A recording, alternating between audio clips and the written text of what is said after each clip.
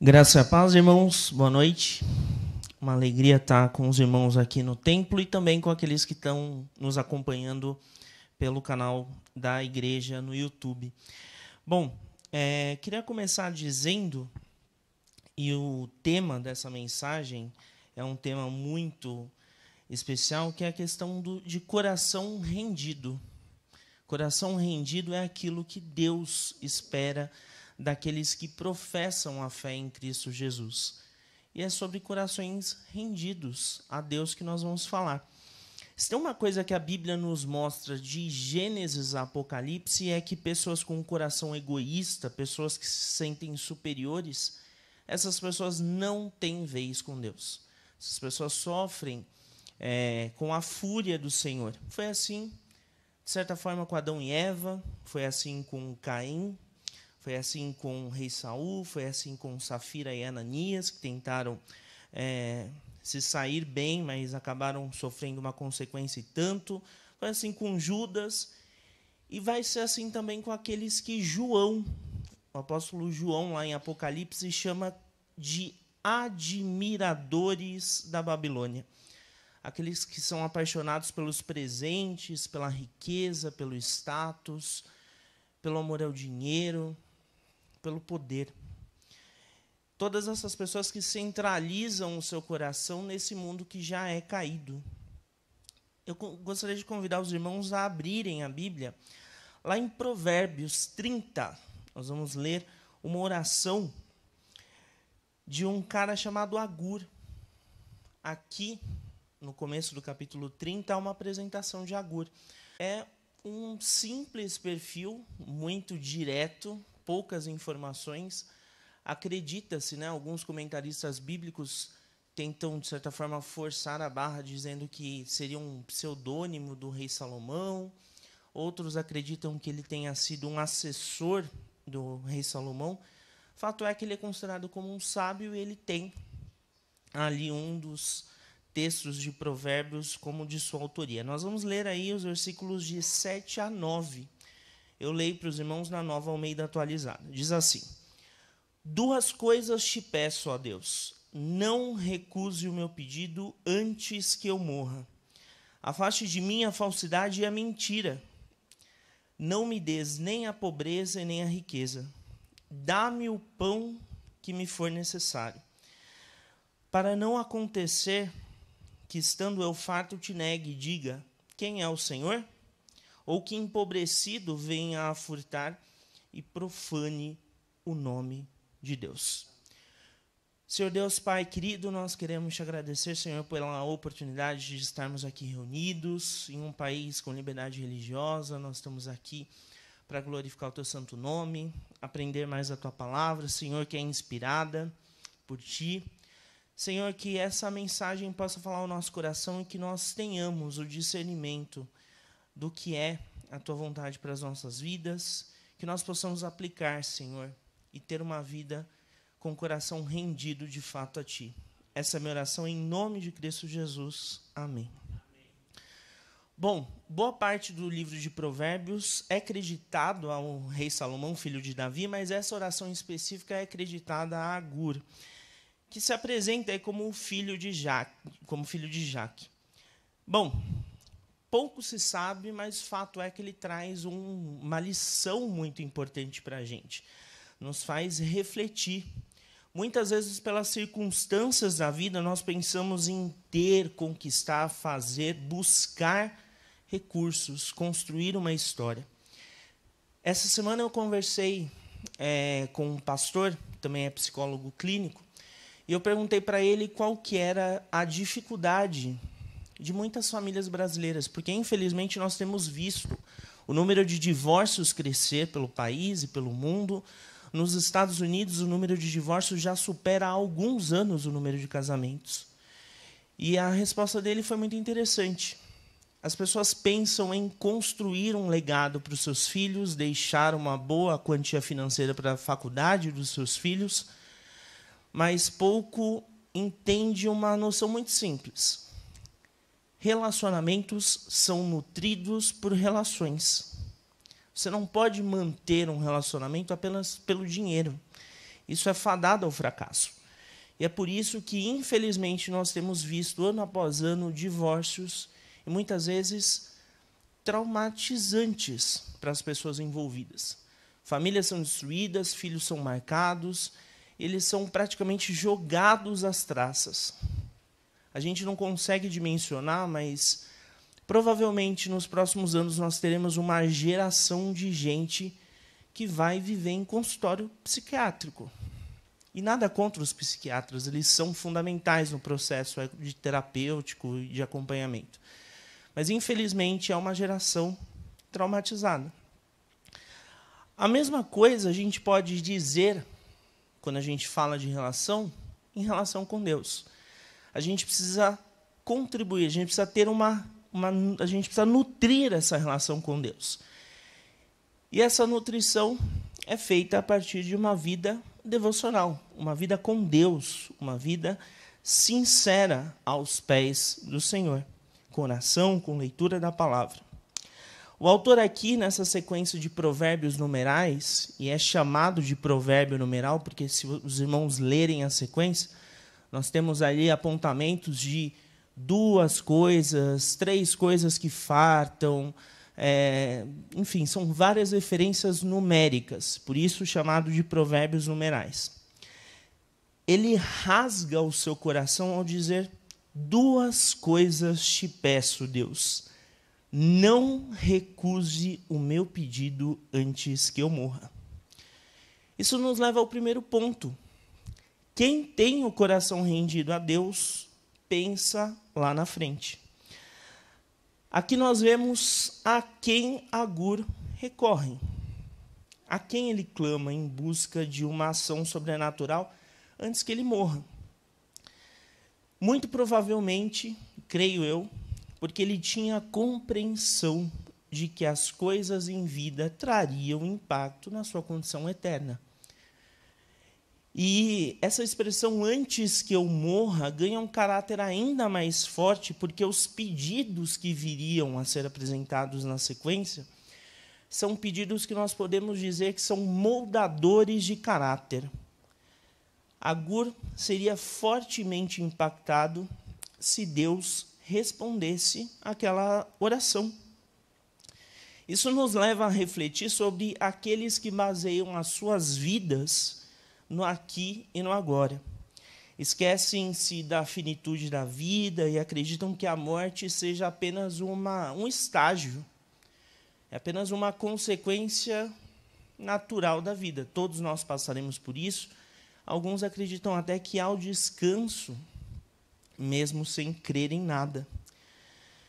As pessoas não entendem a responsabilidade que a finitude traz para a vida. É por isso que essas pessoas insistem nos seus erros, vivem vidas totalmente deturpadas, vidas miseráveis, e deixam Deus de lado.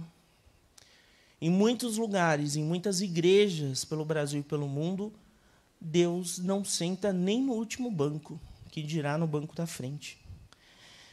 Isso nos leva a um segundo ponto, quando nós aprofundamos mais nessa oração de Agur. Quem tem coração rendido a Deus tem consciência. E como falta consciência para a cristandade em geral, para todos nós, irmãos, e aqui não é apontando o dedo, mas para todos nós como cristãos, falta consciência. E é muito interessante e triste observar como há muitos na igreja que nos cercam, a quem nós chamamos de irmãos em Cristo, mas, na verdade, eles têm sido usados como instrumentos do inimigo para alcançar nossas vidas, para destruir nossas famílias. São pessoas que nos prejudicam na nossa caminhada cristã. E, infelizmente, esses instrumentos do inimigo frequentam igrejas em diferentes partes do Brasil e do mundo. Falta a essas pessoas a percepção de que estão sendo usadas por Satanás, que essas pessoas estão do outro lado da história. Os crentes em Cristo, eles devem acompanhar Agur aqui nessa oração. Afasta de mim a falsidade e a mentira. Não me des nem a pobreza nem a riqueza. Dá-me o pão que me for necessário. E é interessante que no original essa palavra necessário é um substantivo com sentido de destinado, prescrito. Ou seja, dá uma ideia de pessoalidade. É direcionado, é direto, é para a pessoa. Isso mostra também o caráter relacional com Deus. É único, é singular. A gente não tem um relacionamento padrão. Os nossos relacionamentos, né? O nosso relacionamento com Deus não é único. Cada um tem e constrói conforme a sua jornada. E é por isso que é tão especial. Pessoas que ficam ao seu redor em busca do prazer, essas pessoas não entendem a profundidade, a beleza que há na relação com Deus, na relação com Cristo. Essas pessoas ficam presas na riqueza, na fama, no dinheiro. Elas não notam a mentira e a tristeza que tomam conta da sua vida.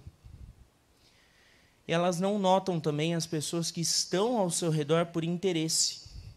Aqui a gente está considerando Agur como alguém que estava orbitando no universo do rei Salomão. Imaginem só o rei Salomão. Vamos focar nessa figura tão importante, enigmática também, né?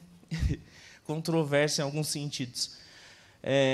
Quantas pessoas, muitos interesseiros ao seu redor, pessoas que tentavam beber um pouco do seu poder, estar na presença do rei, desfrutando dos prazeres que isso traria.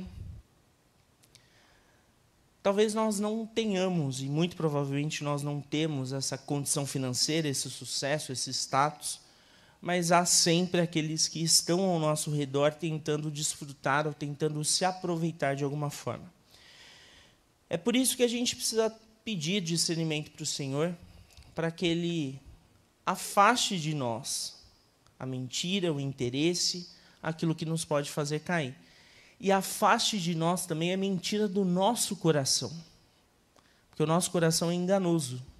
E muitas vezes ele vai plantar alguma semente que pode nos fazer cair. Alguns dias eu ouvi de um pastor o testemunho de uma senhora. Essa história é muito interessante porque essa senhora havia se convertido e estava fazendo o curso doutrinário, né, os primeiros passos, para se preparar para o batismo. Em uma festividade da igreja, uma mulher, que se dizia profetisa, chegou para ela e disse assim: olha, você está planejando se batizar, mas você não é digna do batismo, porque você fez uma coisa muito ruim no passado. Sabe o que ela tinha feito? Ela tinha um cachorro que ela amava muito. O cachorro desenvolveu um câncer gravíssimo. Ela procurou a ajuda de um médico veterinário. O médico veterinário disse: olha, minha senhora, não tem outra alternativa a não ser a gente sacrificar o cachorro, porque senão ele vai sofrer muito mais. Mesmo que a gente tente fazer alguma cirurgia, o quadro é irreversível. Tendo o bom senso aí nessa história, acabaram sacrificando o animal para que ele não sofresse mais. Essa mulher sofreu a dor da perda, mas ela se recuperou. E de onde ela menos esperava, veio uma repreensão que não era necessária. A culpa não era dela. Foi uma situação específica. E aquela mulher sofreu as consequências da perda do cachorro, mesmo não sendo culpa dela. Isso não atrapalhou o batismo dela. Ela deu testemunho dessa história. Mas isso exemplifica um pouco o nível da maldade que há em algumas pessoas que muitas vezes não percebem, mas são usadas pelo inimigo. Aquela mulher seguiu em frente, passou pelas águas, está membrada a uma igreja, para a glória de Deus. É por isso que nós devemos ter a sensibilidade de pedir para que o Senhor nos aponte quando há extremos, quando há excessos. E muitas vezes há excessos na realidade da igreja local. Eu não falo só aqui da PIB São Caetano, eu falo das igrejas locais que há pelo Brasil e pelo mundo. Bom, a Agura aqui aponta para a sua extrema necessidade em Deus. Não me des nem pobreza para que eu não tenha tempo de te procurar, apenas, de tentar sobreviver, e nem a riqueza para que eu não perca meu tempo fazendo coisas que eu não preciso ou, de certa forma, comprando objetos dos quais eu não tenho necessidade. Hoje em dia, nós temos muita tecnologia até que a gente não precisa, mas é desenvolvida. Nós temos recursos, nós temos condições. E muitas vezes nós somos fisgados por esse recurso, e isso mesmo nos afasta da igreja, do convívio, da comunhão, da nossa comunidade. Porque é muito mais cômodo ficar de casa ou achar que é possível ser igreja por meios tecnológicos. Irmão, é importante, a tecnologia ajuda, mas eu sempre repito, é impossível ser igreja apenas do sofá de casa. Não tem como. É importante ter essa convivência. E é importante ter o discernimento da nossa limitação. E aqui agora é bem claro, ele pede para que Deus o deixe com o necessário, para que ele não se vanglorie ou para que ele não perca tempo sofrendo, para que ele não perca tempo maldizendo o Senhor. A situação das nossas vidas influencia totalmente a nossa relação com Deus. É comum nós abrirmos o nosso coração a Ele quando as coisas estão muito sérias. Na verdade, nós deveríamos abrir o nosso coração a Deus em todo o tempo. Infelizmente, há aqueles que só procuram o Senhor quando as coisas estão ruins. Mas nós devemos procurar o Senhor em todo o tempo. E como é bom poder compartilhar conquistas, coisas boas, gratidão com o Senhor. Aqui, o conceito trazido pelo autor é de que aqueles que passam por extrema necessidade, eles se esquecem de Deus, ficam com raiva. Essas pessoas têm o coração tomado pela raiva. E aí eu imagino aquelas pessoas que perderam parentes em tragédias, por exemplo. É um caso aplicável também. No domingo, a gente vai ouvir aqui 2 irmãos que tiveram a experiência de contribuir ali, de servir na Turquia, e certamente eles vivenciaram, eles acompanharam muitos testemunhos, muitas histórias. A gente não consegue imaginar, porque terremoto não é uma coisa que está na nossa realidade, a gente nunca perdeu um parente numa condição tão trágica como essa. Agora, imagine a dor que essas pessoas têm. Imagine o que passa na cabeça dessas pessoas em relação a Deus. Imagine o desafio dos missionários que têm a Turquia como chamado. É por isso que nós devemos orar por essas pessoas também, sobretudo por essas pessoas. Quando as coisas estão boas, estão ótimas, nós somos os últimos, ou para não dizer os últimos, nós demoramos a lembrar do que Deus fez e do que Ele é capaz de fazer. É por isso que o autor pede a ele apenas o que lhe é destinado, o necessário, o específico, o prescrito. Com essa ação é impossível não relembrar, pegando o contexto do Antigo Testamento, o povo sendo alimentado no deserto pela porção diária de maná. E lá, na especificação do Senhor para Moisés, olha, a porção é diária. mas para que o povo não fique sem o alimento no sábado, que é o dia sagrado, o dia específico, pode pegar a porção dobrada. Apenas nesse dia, o alimento da porção dobrada não criava bichos, não se estragava. Todos os espertinhos que tentaram pegar a porção dobrada nos dias outros da semana tiveram a surpresa de encontrar comida estragada. O que isso demonstra para a gente? Falta de confiança. Aquele povo não acreditou na provisão do Senhor. O Senhor iria prover, mas eles queriam fazer o estoque. É aquilo, eu confio em Deus, mas vou garantir aqui só por precaução. E não é assim. Essa teologia é errada, esse pensamento é errado. Se você fixar a sua vida cristã nessa ideia, irmão, você precisa parar e ter uma transformação de mente. É o que o apóstolo Paulo nos fala lá em Romanos 12, 2. É necessária uma transformação de mente, tendo o culto racional. A vida com Deus, por intermédio de Cristo, é um treinamento constante para moldar um espírito irrepreensível e compreensível na confiança da providência divina. Se você quer ser cristão, de fato, alguém que professa de fato a Cristo onde você estiver, a coisa mais básica que você precisa ter na vida é a confiança na providência divina. Sem isso, você anda como uma muleta na caminhada cristã. Esse é o suporte necessário para essa jornada. E avançando, a gente chega ao terceiro ponto. O terceiro ponto é: quem tem coração rendido reconhece a sua condição. Diz Agur: para não acontecer que, estando eu farto, te negue e diga: quem é o Senhor? Ou que, empobrecido, venha a furtar e profane o nome de Deus. Ele sabia do que a sua natureza humana era capaz.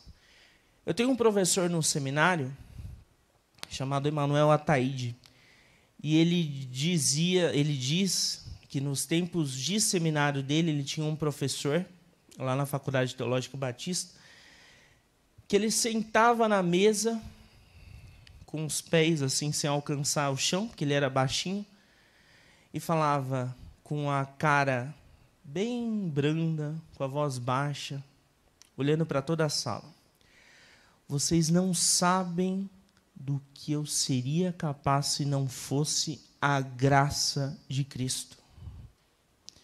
Vocês não sabem do que eu seria capaz se não fosse a graça de Cristo. E nem nós. A gente não tem noção do que seria das nossas vidas se não fosse a graça de Deus, demonstrada em Cristo. Onde será que a gente estaria essa noite? Será que a gente estaria vivo? Como seria a nossa vida, a nossa família, a nossa realidade? É por isso que nós devemos valorizar a nossa relação com Deus a tal ponto de orar a Ele e pedir que nos livre da falta e do excesso. A gente deve pedir a medida necessária, sobretudo para que nós tenhamos o nosso caráter moldado, dia após dia, à medida do caráter perfeito que é o de Cristo. A gente não tem que focar em uma visão financeira, mas olhar sempre adiante. Ter muito ou ter pouco vai nos ensorbebecer ou nos frustrar. De uma forma ou de outra, nós acabamos afastados do Senhor. Viver afastado de Deus não é o caminho para uma vida com Cristo. Isso é fato. Quando nós deixamos Cristo de lado, nós pegamos um outro rumo nesse caminho. É por isso que essa oração aqui de Agur me chamou a atenção. E ela deve ser a nossa oração nessa noite em vários momentos da nossa vida. A gente precisa sempre voltar a esse texto. quando a gente estiver passando por várias dificuldades, mas também por momentos bons, para que a gente aprenda os riscos do excesso e os riscos da falta. Nessa noite que nós possamos pedir ao Senhor a percepção, o discernimento desse homem, Agur, que nos falou aqui através dessa oração. Que Deus possa sondar os nossos corações, que Ele nos dê a porção diária e que nós sejamos ensinados a viver com essa porção diária. Que nós não almejemos coisas além da nossa capacidade. A vida cristã também é um treinamento para que nós entendamos as nossas limitações, e todos nós temos limitações. E é por isso que a gente precisa entender quando o excesso e a falta nos afetam. Que nós possamos, nessa caminhada, também lembrar do texto lá de Eclesiastes 7:3. É um texto que fala muito ao meu coração. E diz assim: melhor é a mágoa do que o riso, porque com a tristeza do rosto se melhora o coração. Fiz até um texto esses dias a respeito disso, porque parece que é uma cultura contra a tristeza. E aqui eu não falo da tristeza, daquela melancólica profunda, né, que atinge níveis críticos. Eu falo aqui da tristeza que pode nos abater em um dia ou outro da vida. Essa tristeza também merece ser vivida, porque ela é parte de um processo do trabalhar de Deus no nosso caráter. E que nós possamos, a partir de momentos tristes também da nossa jornada, quando Deus nos ensina, quando Deus nos molda, tirar uma boa lição, uma valiosa lição dessa situação. O que chama a atenção é que nessa tristeza nós somos remodelados. É na percepção da nossa fragilidade e da limitação humana que nós temos, é que nós rendemos ao Deus que nós servimos todo o nosso coração. Um coração sinceramente rendido. As lutas são grandes? Com certeza elas são e serão grandes. Mas a gente deve lembrar que cada desafio nos ajuda a ter uma contribuição importante para a nossa jornada, nos ajuda a formar nesse processo da vida. Que nós possamos, então, irmãos, pedir a direção do Senhor em várias situações. Aqui no excesso, na falta, mas que nós tenhamos o discernimento também de entender o processo de excesso ou falta dos outros. Afinal, a caminhada cristã também é uma caminhada relacional. Amém? Vamos orar? Senhor Deus, Pai querido e Deus bendito, quero te agradecer, Senhor, pelo privilégio de estar aqui com a igreja. Senhor, que privilégio a Tua palavra. Obrigado, Senhor, porque o Senhor inspirou homens ao longo da história para que essa palavra fosse preservada, fosse escrita e preservada. Obrigado, Senhor, porque a Tua palavra é viva e eficaz. Nós te agradecemos, Senhor, porque o Senhor muda histórias a partir da Tua palavra. Que essa mensagem de hoje possa encontrar terra fértil nesses corações, que nós sejamos remodelados conforme a Tua vontade, que os nossos erros sejam perdoados, Pai, que o Senhor nos reaproxime de Ti, que nós tenhamos a compreensão do que o Senhor deseja para nós. Senhor, que privilégio é fazer parte da Tua família. Obrigado, Senhor, obrigado porque nós merecíamos a morte eterna, mas o Senhor nos deu Cristo, a graça encarnada. Obrigado, Senhor, obrigado por essa igreja, obrigado por essas vidas. É assim que eu oro e agradeço em nome de Cristo Jesus.